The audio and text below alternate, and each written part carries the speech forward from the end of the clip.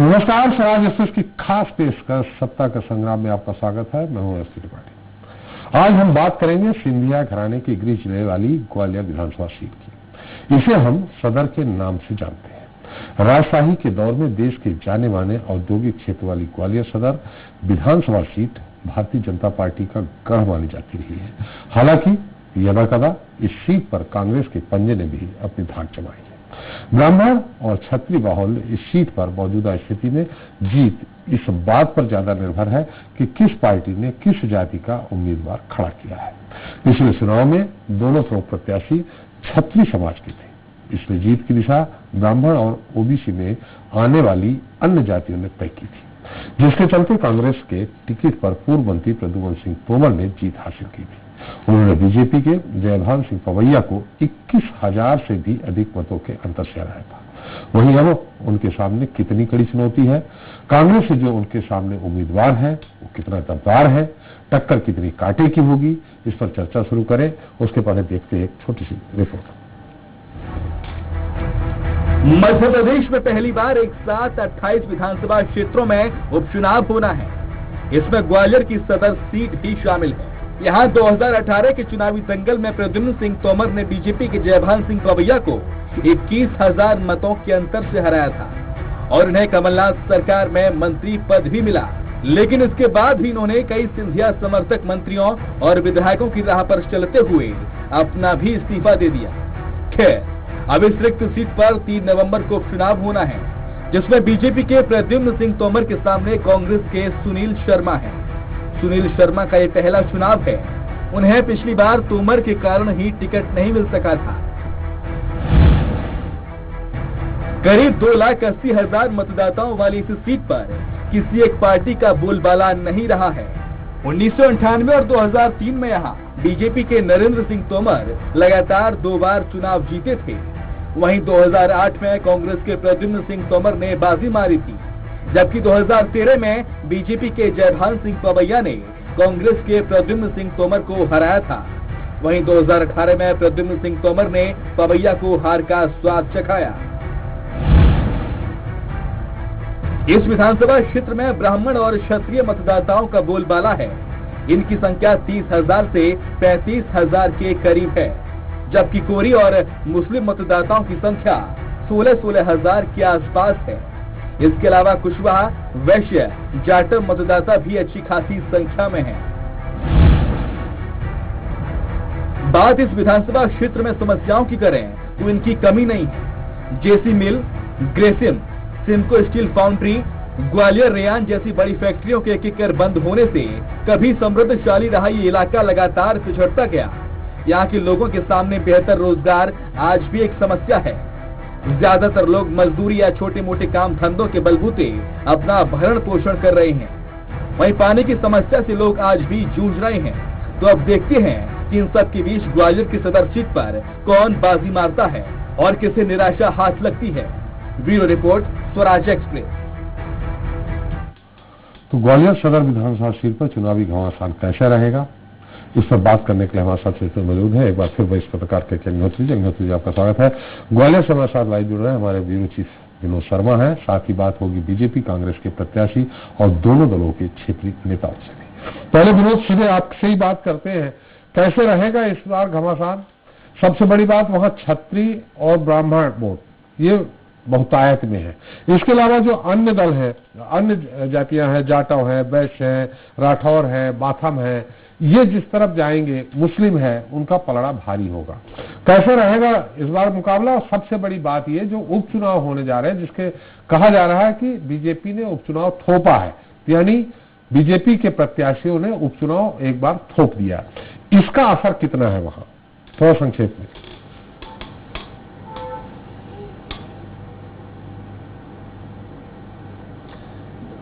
देखिए त्रिपाठी जी, काफी बेहद और रोचक ये चुनाव माना जाएगा जो उपचुनाव होने जा रहा है, क्योंकि इसमें दो मित्र आमने सामने खड़े हैं। कभी एक दूसरे के लिए जो वोट मांगते थे, खास करके सुनील शर्मा प्रद्युम्न सिंह के लिए वोट मांगने जाते थे, वो अब अपने पक्ष में डालेंगे। क्योंकि यहाँ जातीय आंकड़ा बड़ा बेहद रोचक है, क्योंकि ब्राह्मण और क्षत्रिय लगभग 30-35 हजार है, दोनों ही, एक 30,000 एक 35,000 है। और सबसे ज्यादा जो इफेक्ट रहता है वो मुस्लिम समाज के जो 16,000 वोट है, इसके अलावा कोली समाज के भी 16,000 वोट है, और बाकी के अन्य समाज के जो वोट है उनका जिधर रुख चला जाता है उधर ही माना जाता है कि जीत दर्ज हो जाती है। अब पहले अक्सर होता ये रहा है कि यहाँ क्षत्रिय समाज के बीच में ही मुकाबला होता रहा हो, चाहे वो जयभान सिंह पवैया प्रद्युम्न सिंह तोमर के बीच में रहा हो, लेकिन अब पहली बार ये देखने को मिलेगा कि जो ब्राह्मण और क्षत्रिय दोनों ही आमने सामने खड़े हैं, दोनों ही जो समाज के लोग हैं वो अपने अपने समाज में जाकर अपने अपने समर्थन में वोट मांग रहे हैं, लेकिन जो कुछ निर्णायक जो भूमिका रहेगी वो उन मतदाताओं की रहेगी जो अन्य समाज के। हालांकि बहुजन समाज पार्टी की तरफ से प्रत्याशी खड़े हैं हरपाल मांझी, लेकिन हरपाल मांझी जो है वो मांझी समाज का एक बड़ा वोट बैंक है, उसको तोड़ने की कोशिश करेंगे, काटेंगे, लेकिन अन्य समाज के जो वोट है जिधर वो चले जाएंगे वो उसका पल्ला भारी हो जाएगा और उस पर डिपेंड करेगा कि किसकी जीत होती है और किसको हार का सामना करना पड़ेगा। लेकिन जो आपने कहा था कि वाकई जो चुनाव थोपा गया है, लोग इसको लेकर तो नाराज दिखते ही हैं कि अचानक उनके ऊपर इस तरह से चुनाव थोप दिया गया, जबकि उन्होंने 5 साल के लिए अपने प्रतिनिधि को चुनकर भेजा था और उसकी वजह से जो कोरोना के संक्रमण में बढ़ोतरी हुई थी, लोग जो संक्रमित हुए थे, उसको लेकर भी लोगों के बीच में आक्रोश है। लेकिन प्रद्युम्न सिंह तोमर जिस तरह से जाकर लोगों के पास जा रहे हैं और अपनी बात रख रहे हैं कि 15 महीने में उनकी सुनी नहीं गई थी, ग्वालियर चंबल अंचल को विकास नहीं दिया गया था, और अब तमाम जो पिछले 3-4 महीनों में जिस तरह से यहाँ शिलान्यास हुए, नारियल फोड़े गए और भूमि पूजन हुए, उससे लोगों के जो आक्रोश है उसको शांत करने की कोशिश की गई और उनको बताया गया है कि विकास रुक गया था इसलिए वो पार्टी छोड़कर चले गए थे। अब चूंकि विकास उनमें 15 साल उनने लगातार जो विकास की यहाँ बयार बही थी, अब फिर 15 महीने में जो रुक गई थी उसको दोबारा शुरू किया गया है। तो इस तरह की जो बातें हैं वो मतदाताओं से किए जा रहे हैं। मतदाताओं में आक्रोश जरूर है, लेकिन कहीं ना कहीं इस बात को लेकर मतदाताओं में खुशी देखी गई थी कि विकास कार्य तो कम से कम शुरू हुए, चाहे चुनाव के ही बहाने हो, लेकिन उन क्षेत्रों में आवश्यकता है। लेकिन जो बड़े मुद्दे हैं, जेसी मिल के बेरोजगार मजदूर है, उनके पास अब घर तक नहीं है, रोजगार नहीं है, श्रमिक जो है रेशम मिल के जो श्रमिक हैं वो बेरोजगार हैं, उनके पास घर तक नहीं है। तो इस तरह के जो मजदूर बाहुल इलाका है, ग्वालियर के पुराना क्षेत्र है, और जो जेसी मिल था उसी से ग्वालियर की पहचान थी, जीआईजी कॉटन मिल से ग्वालियर की पहचान थी, और ये पुराना ग्वालियर कहलाता है। पारंपरिक जो लोग हैं वो इसी ग्वालियर क्षेत्र में रहते हैं, तो उनको भी कहीं ना कहीं जिस तरह से भाजपा द्वारा कहा जा रहा है कि उनके जो मकान है जिसमें वो रह रहे हैं उनको मालकाना हक दे सकते हैं, उनकी देनदारियों को उनको दिया जाएगा, तो अगर इस तरह से कुछ बातें की जाती हैं तो ये माना जा सकता है कि मतदाताओं का जो आक्रोश है वो कहीं शांत होगा और मतदाता फिर मन बनाएगा कि आखिर किसको वोट देना है। लेकिन सुनील शर्मा का ये पहला चुनाव है, लगातार प्रद्युम्न सिंह के चलते उनको वोट टिकट नहीं मिल पा रहा था, जिसके बाद वो कांग्रेस में रह गए, सिंधिया समर्थक कहे जाते थे। अब चूंकि यहाँ एक परिवर्तन हुआ है, जो कांग्रेस के ब्राह्मण नेता कहे जाते हैं अशोक शर्मा, उन्होंने टिकट न मिलने से क्षुब्ध होकर कांग्रेस छोड़कर बीजेपी ज्वाइन की और प्रद्युम्न सिंह तोमर के साथ वो दिखाई दे रहे हैं। तो जो ब्राह्मणों का जो गणित है वो थोड़ा बहुत बिगड़ता नजर आ रहा है, लेकिन ये भी कहा जाता है कि किसी एक व्यक्ति के कहने से कोई समाज उसके पीछे नहीं चलता। लेकिन देखना ये होगा कि आखिर अशोक शर्मा कितना नुकसान कर पाते हैं सुनील शर्मा का, क्या सुनील शर्मा उस नुकसान की भरपाई कर पाएंगे? नुकसान का भुगतना पड़ेगा। क्या जाति समीकरण प्रभावी दिख रहा है? माने कि ठाकुर 36 जो वोट है पूरे प्रद्युम्न जी की तरफ जाते दिख रहे हैं, सुनील शर्मा की तरफ पूरे ब्राह्मण जाते दिख रहे हैं। ऐसा क्या दिख रहा है क्या कि पार्टी को न देख करके प्रत्याशी ब्राह्मण है, ठाकुर है, उसको वोट दे दिया जाए?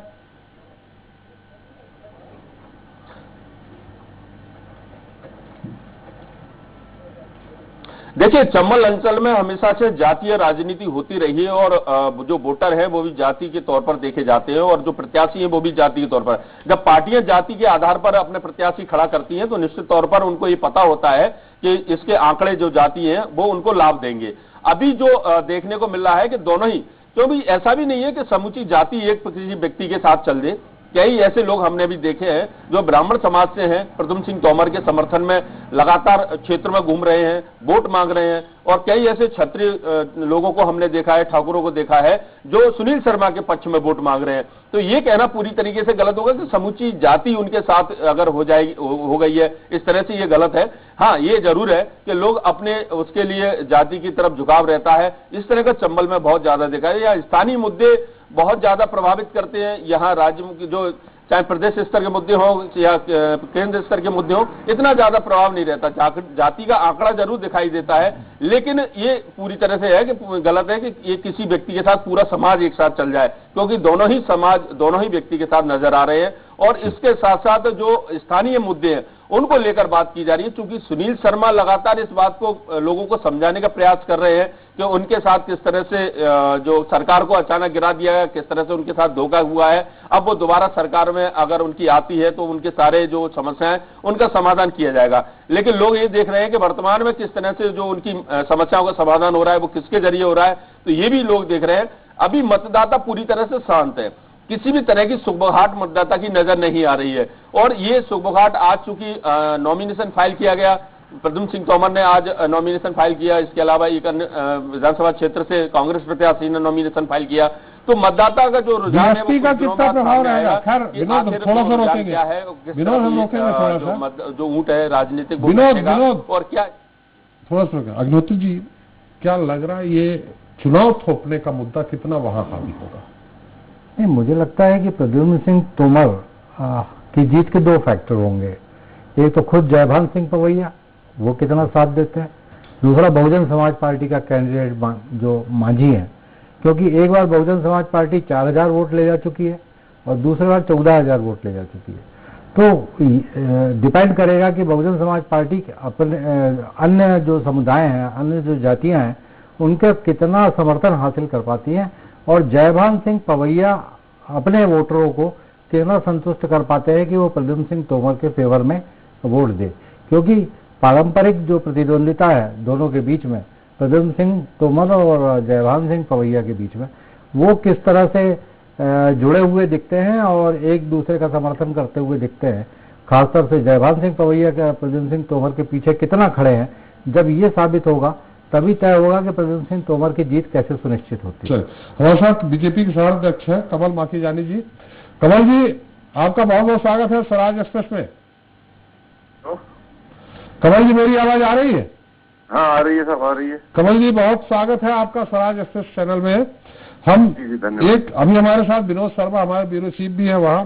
बात ये आ रही है कि कहीं कि बीजेपी ठीक है, प्रद्युम्न सिंह तोमर जैसा प्रत्याशी आपके साथ है, मिलनसार है, सरकार आपकी है, लेकिन ये मुद्दा कहीं न कहीं आ रहा है कि चुनाव थोपा गया है जिसपे जनता नाराज है। इसको कैसे आप दूर करेंगे? देखिए, जनता के हित की लड़ाई लड़ने के लिए माननीय सिंधिया जी ने, उनके साथ में 22 विधायकों ने सरकार छोड़ी थी। कमल जी थोड़ा सा रोकेंगे। सुनील शर्मा जी क्या कह रहे हैं सुन लीजिए, फिर हम आपसे उत्तर लेते हैं। सुनील शर्मा जी कांग्रेस के प्रत्याशी हैं। सुनील जी, एसपी त्रिपाठी बोल रहा हूँ, स्वराज एक्सप्रेस से आपका बहुत बहुत स्वागत है। सबको प्रणाम जी। सुनील जी, आपका मुख्य मुद्दा क्या होगा? कमल जी भी हमारे साथ है, सुन रहे हैं। कमल माखीजानी जी, आपका मुख्य मुद्दा क्या होगा? क्या सिर्फ यही कि चुनाव थोपे गए हैं या इसके अलावा कोई विकास का मुद्दा? थोपे गए हैं, लोकतंत्र की हत्या की गई है, षड्यंत्र पूर्वक। एक लोकप्रिय सरकार थी जो जनता के लिए काम कर रही थी, उस जनता ने जनादेश कांग्रेस पार्टी को दिया था। उस जनादेश का अपमान करते हुए षड्यंत्र पूर्वक वह सरकार गिराई गई है। ये जनता के साथ धोखा हुआ है, जनता के जनादेश का अपमान हुआ है और जनता इसका बदला लेगी। तो सिर्फ यही मुद्दा है आपके पास? मुद्दे बहुत से हैं। विकास का मुद्दा है, ठीक है जी, सड़कों का मुद्दा है, रोजगार का मुद्दा है, सारे मुद्दे हमारे साथ हैं। लेकिन जिस प्रकार से कमलनाथ जी की सरकार जनहितैषी कार्य कर रही थी, उस सरकार को खुद के स्वार्थ पूर्ति के लिए जनता के जनादेश का जो अपमान किया है, जनता के साथ धोखा किया है, जनता कभी इनको माफ नहीं करेगी। सुनील जी, अशोक शर्मा जी छोड़ गए हैं पार्टी। हाँ, अशोक शर्मा जी पार्टी छोड़ गए हैं प्रत्याशी नहीं बनाए जाने के कारण। इसने देश की आजादी से लेकर आज तक जी हमेशा जनता के साथ खड़ी रही है। लोग आएंगे जाएंगे, कुछ होते हैं, मैं उनके बारे में कोई टिप्पणी करना नहीं चाहूंगा। जी, तो सुनील जी, कमल जी उत्तर दे रहे हैं आपकी। कमल जी, आपने सुन लिया सुनील जी का कहना है। ये कमल जी खुद दुखी हैं। कमल जी खुद दुखी हैं नई भाजपा से। चलिए, अब वो कमल जी ही बताएंगे। कमल जी, सिर्फ एक बड़ा मुद्दा है और उसी मुद्दे के आधार पे कांग्रेस सब जगह पूरे 28 जगह लड़ रही है, 28 जगह ने 25 जगह लड़ रही है, जिसमें सुनील जी भी वही मुद्दा लड़ रहे हैं। वाकई में अपने आप में बहुत बड़ा मुद्दा है, विकास का मुद्दा है। जैसा कि हमारे विनोद जी ने बताया कि जेसी मिल, ग्रेसिम मिल 15 साल आपकी सरकार रही, बंद हो गई, मजदूरों के पास रहने को साधन नहीं है, क्या कहेंगे अब आप? और जो दीवार से वो छीनने की कोशिश हो रही है, लेकिन छीनने नहीं दूंगा, मजदूरों की लड़ाई लड़ूंगा। चलिए सुनील जी एक मिनट कमल जी को सुन लीजिए क्या कह रहे हैं। भारतीय जनता पार्टी और हम लोग शुरू से ही कह रहे थे जब सरकार बनी थी कि सर अपने बोझ से गिरेगी जी, और आगे जनता ने देखा, सबने देखा, आपने देखा, मीडिया ने देखा कि सरकार अपने बोझ से ही गिरी। बेंगलोर में गद्दारी तो सितारा होटल कांग्रेस ने बेंगलोर की है। में। सुनील जी आपने बात कह दी, मैंने कुछ बीच में बोला क्या?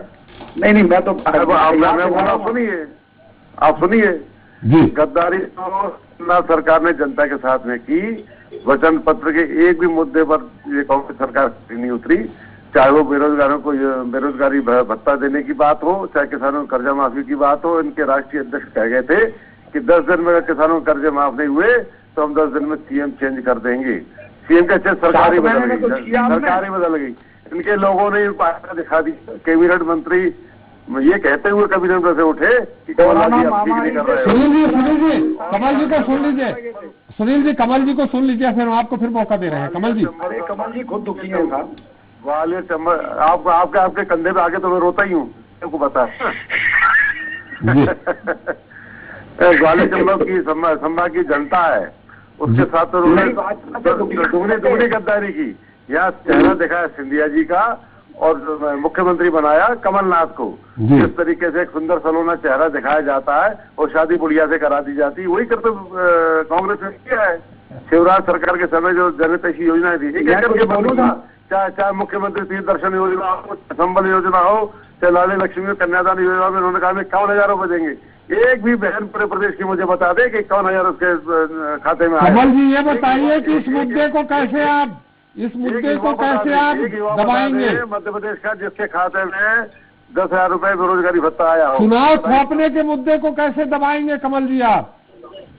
चुनाव तो अगर कोई जनता के आदेश की अवहेलना करता है, जनादेश की अवहेलना करता है, जनता के हित के जो काम है वो करेगा, तो सरकार तो जनता के सामने सिर आना ही पड़ेगा उन लोगों को। भाई इनके बोझ से कहाँ सरकार गिरी? जनता ने उनको जनादेश दिया विकास का।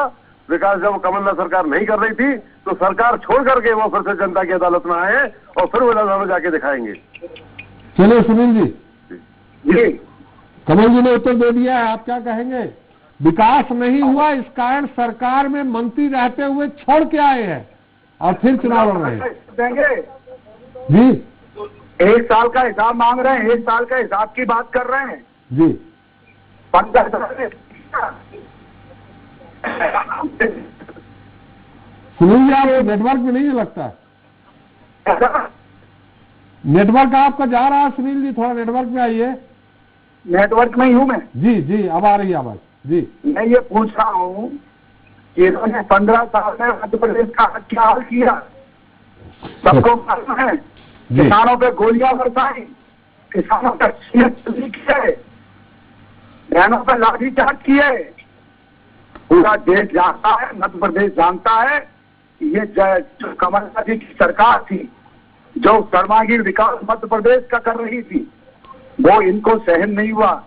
इनको सत्ता की आदत पड़ रही है, लेकिन जनता सब समझ रही है। लोकतंत्र में जनता सर्वोपरि होती है। और वैसे मैं आपको एक बात बता दूं, ये सब बेचारे नई भाजपा में खुद दुखी है। अच्छा। और जनता तैयार है सबक सिखाने को। और चुनाव परिणाम आप देख लेना, ये 1 सीट भी नहीं जीतेंगे, क्योंकि जनता के साथ सदर की बात कर लें, जनता के साथ विश्वासघात हुआ है। हम तो सदर की बात कर लें, एक भी सीट की क्या। कमल जी मुद्दा वही है और भाजपा में भीतरघात का डर सब जगह है, पूरी 25 सीटों पे। और सुनील जी कह ही रहे हैं कि आप भी एक बीजेपी में जयभान सिंह जी नहीं होते तो आप आते, एक नए नेता आ गए हैं। आप लोग इतने पुराने कर्मठ कार्यकर्ता, कांग्रेस से कोई आके पूरा हाईजैक कर ले पूरा विधानसभा क्षेत्र, ये आप कैसे बर्दाश्त करेंगे कमल जी? आप हमें कर्मठ कार्यकर्ता कह रहे हैं, निश्चित तौर पे भारतीय जनता पार्टी के कार्यकर्ता देवदलों का कार्यकर्ता होता है, इसीलिए वो केवल जो है कमल का फूल देख रहा है, पार्टी की सरकार देख रहा है, शिवराज सिंह की जनहितैषी सरकार देख रहा है। वो पार्टी के लिए काम करता है, वो व्यक्ति के लिए काम नहीं करता है। भारतीय जनता पार्टी कार्यकर्ता आधारित दल है, जो निर्देश और जो आदेश संगठन से आता है वो उसका पालन करता है। एक एक कार्यकर्ता प्राणपण से लगा हुआ है और ये चुनाव हम बहुत अच्छी तरह जीतेंगे। आज ये करें एक सीट नहीं जीतते, सुनील शर्मा जी खुद की अपनी सीट जीत के बता दे तो मैं इनसे बात कर लूंगा 10 तारीख पटना में। दिल से पूछो, दिल से, जब ऊपर से बोल रहे हैं सुनील जी 10 तारीख को बात करने की बात कर रहे हो, ये ऊपर से बोल रहे हैं, दिल से कुछ और है इनके। हम तो इनसे 10 नवंबर को बात करेंगे। हमको अशोक चक्रधर नहीं है और ये भी अशोक चक्रधर नहीं है और को पता पड़ जाती हो। और मैं बता दूं, सत्य सबको मालूम है, इनको भी मालूम है सत्य क्या है। जनता के साथ विश्वासघात करने वाले, जनता के साथ धोखा करने वालों को कभी जनता माफ नहीं करेगी। ये कितनी भी चाशनी लपेट ले।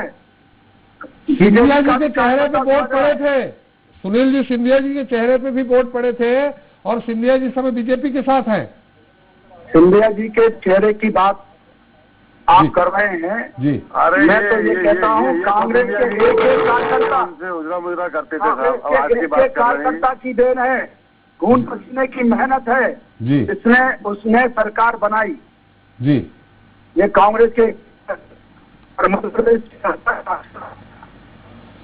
चलिए फिर से नेटवर्क चला जी। भारतीय जनता पार्टी के प्रशासन जी।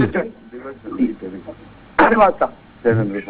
चलिए सुनील जी बहुत बहुत धन्यवाद, कमल जी बहुत धन्यवाद। कमल जी बहुत बहुत धन्यवाद। अग्निहोत्री जी आपके इसमें विशेष टिप्पणी चाहिए कि कितना भारी रहेगा मुद्दा एक ही कांग्रेस के साथ है, वो भी सरकार गिराने का और थोपने का।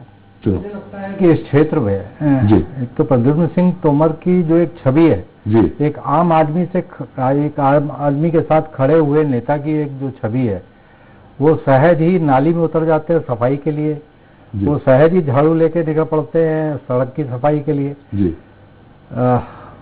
आम जनता से जुड़ने का जो उनका एक तरीका है और जिस तरह से वो जुड़ते हैं, वो एक खास उनकी अदा है, राजनीतिक अदा है, जिसकी वजह से मुझे लगता है वो बहुत ज्यादा लोकप्रिय। सुनील शर्मा जी का ये पहला चुनाव है, पहली बार वो इस क्षेत्र में उतरे हैं और अब तक प्रद्युम्न सिंह तोमर के लिए कैंपेनिंग करते आए हैं और उनके लिए वोट मांगते आए।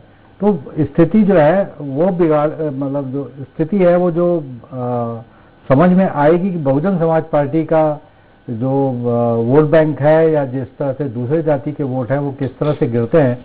क्योंकि आपको याद होगा एक बार 4000, एक बार 14000, 2 बार इस तरह से उन्होंने खेल बिगाड़ने की कोशिश की है और इस उपचुनाव में बहुजन समाज पार्टी कितना खेल बिगाड़ती है, खेल सुधारती है, हो सकता है कि कांग्रेस के पक्ष में वो उनके वोट जो वोट बैंक है वो ले जाए।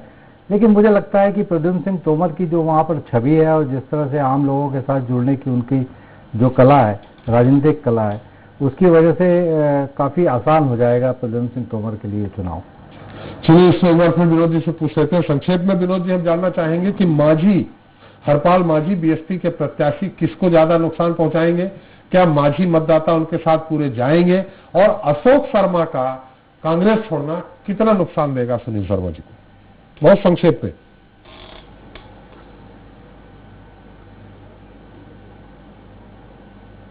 देखिए माना जाता है कि बीएसपी जो है वो बीजेपी के वोट काटती है और अक्सर ऐसा ही देखने को मिलता है, क्योंकि जो कांग्रेस के वोट हैं खास करके उनको दलित वोट मिलते हैं कांग्रेस को और मुस्लिम वोट मिलते हैं, और जो बीजेपी से नाराज हैं वो कांग्रेस को मिलते हैं। लेकिन जब बसपा खड़ी होती है कहीं ना कहीं तो फिर बसपा के पक्ष में चले जाते हैं, यानी बीजेपी को इसका सीधा सीधा लॉस होता है। अब ये हरपाल मांझी कितना लॉस पहुंचा सकते हैं ये तो समय बताएगा, लेकिन उसमें ये भी माना जा रहा है कि चूंकि हरपाल मांझी से बीजेपी को फायदा भी हो सकता है, क्योंकि जो वोट बीजेपी को नहीं जाने थे वो कांग्रेस को जाएंगे और वो वोट बसपा को चले जाएंगे, तो कहीं ना कहीं बीजेपी उसमें फायदे में रहेगी कि वो वोट कांग्रेस को नहीं पहुंच पाएंगे। रही अशोक शर्मा को छोड़ के जाने की बात, तो अशोक शर्मा जो कांग्रेस जब छोड़कर गए थे तो ये उसी समय से माना जा रहा था, क्योंकि अशोक शर्मा स्थानीय नेता हैं, उनकी पूरी इस क्षेत्र में उनकी रिश्तेदारियां हैं, लोगों से काफी मेल मुलाकात है, कांग्रेस के कई पदों पर रहे हैं, मेला प्राधिकरण के उपाध्यक्ष रहे हैं। इसके अलावा उनका तमाम जो जनसंपर्क लोगों के बीच में रहा है, क्योंकि वो खुद चुनाव की तैयारी कर रहे थे। तो निश्चित तौर पर कहीं ना कहीं फर्क पड़ेगा। जो ब्राह्मण समाज के वोट हैं या उनके जो संपर्क में लोग हैं, वो प्रद्युम्न के लिए वो लाने की कोशिश करेंगे और ऐसा उनका प्रयास भी रहेगा। यही कारण है कि उनको बीजेपी में लेकर आए, क्योंकि काफी उनका वर्चस्व था कांग्रेस में। उनका अगर कांग्रेस छोड़ी है तो कुछ ना कुछ तो बात रही होगी, कुछ ना कुछ आश्वासन दिया गया होगा, और यही कारण है कि उनकी प्रतिष्ठा का भी ये चुनाव हो जाएगा। उनको भी ये दिखाना होगा कि उनके साथ कितने लोग हैं जो वो प्रद्युम्न के पक्ष में लेकर आए। तो उससे नुकसान जरूर होगा कांग्रेस को। कांग्रेस को नुकसान होने की बहुत सारी स्थिति भी नजर आ रही है, लेकिन मतदाता शांत है। और ये जब मतपेटियां खुलती हैं, यानी ईवीएम मशीन की जब काउंटिंग शुरू होती है, तभी कुछ कह सकते हैं कि आखिर क्या हुआ और कैसे हुआ और कौन जीता। तो इस तरह के चौंकाने वाले परिणाम अक्सर अंचल में आते रहे हैं, और जो 2018 में जिस तरह से परिणाम आए थे, एक साथ बीजेपी का पूरी तरह से। अग्निहोत्री जी एक सवाल करेंगे, लेकिन समय समाप्त हो गया, बहुत छोटा उत्तर दीजिएगा अग्निहोत्री जी। विनोद, आप इस चुनाव में देख रहे हैं प्रद्युम्न सिंह तोमर को जयभान सिंह पवैया का कितना साथ मिल रहा है?